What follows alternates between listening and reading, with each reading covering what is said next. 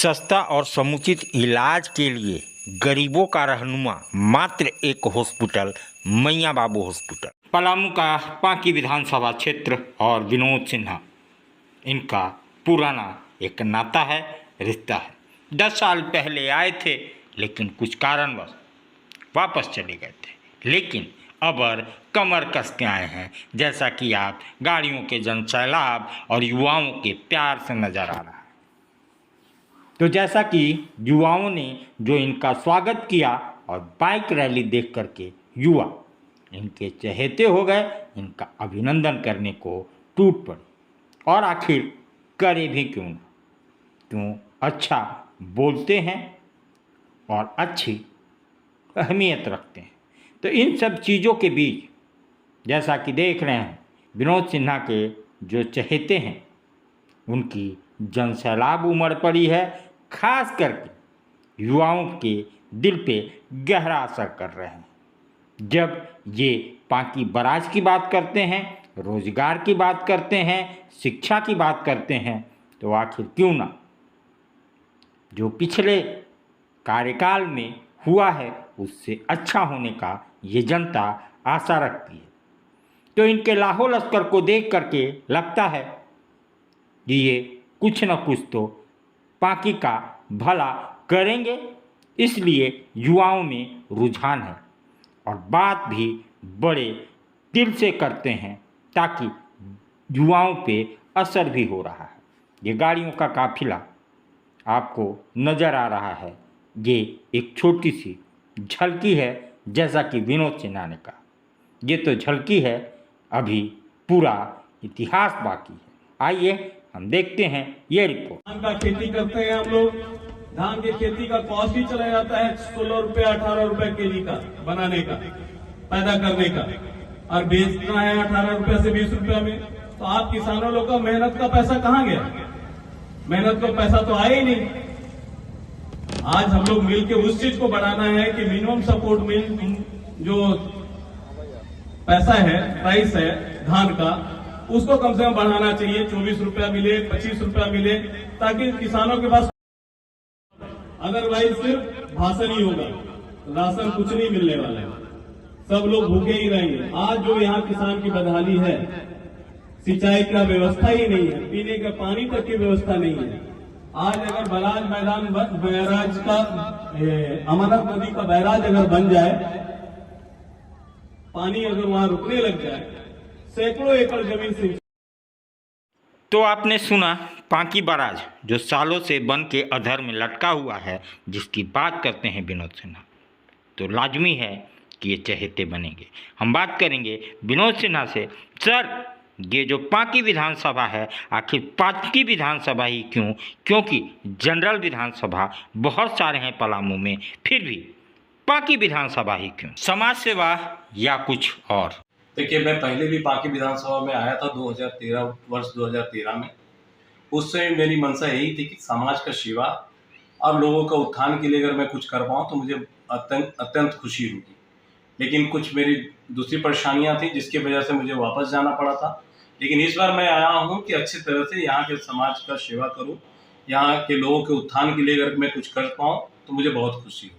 अगर जनता का प्यार मुझे मिलता है, जनता का साथ मुझे मिलता है, उनका विश्वास मिलता है, तो मैं जरूर लड़ूंगा। पांकी विधानसभा एक सुदूरवर्ती इलाके में आता है, सुविधा नाकाफी है। क्या होगा आपका चुनावी मुद्दा? देखिए, आपने बहुत अच्छा प्रश्न पूछा है।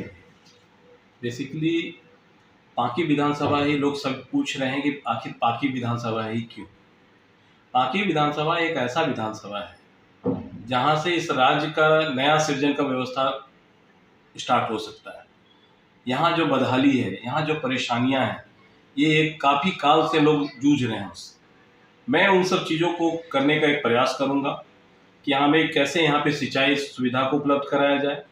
जो हमारे किसान भाई हैं, मैं भी उस दुख दर्द को समझता हूँ, क्योंकि हमारे भी नेक्स्ट जनरेशन किसान ही थे, सब लोग लास्ट जनरेशन किसान ही थे। अब उन लोगों को लेके मैं भी जानता हूँ उनका दर्द क्या होता है, गरीबी क्या होता है।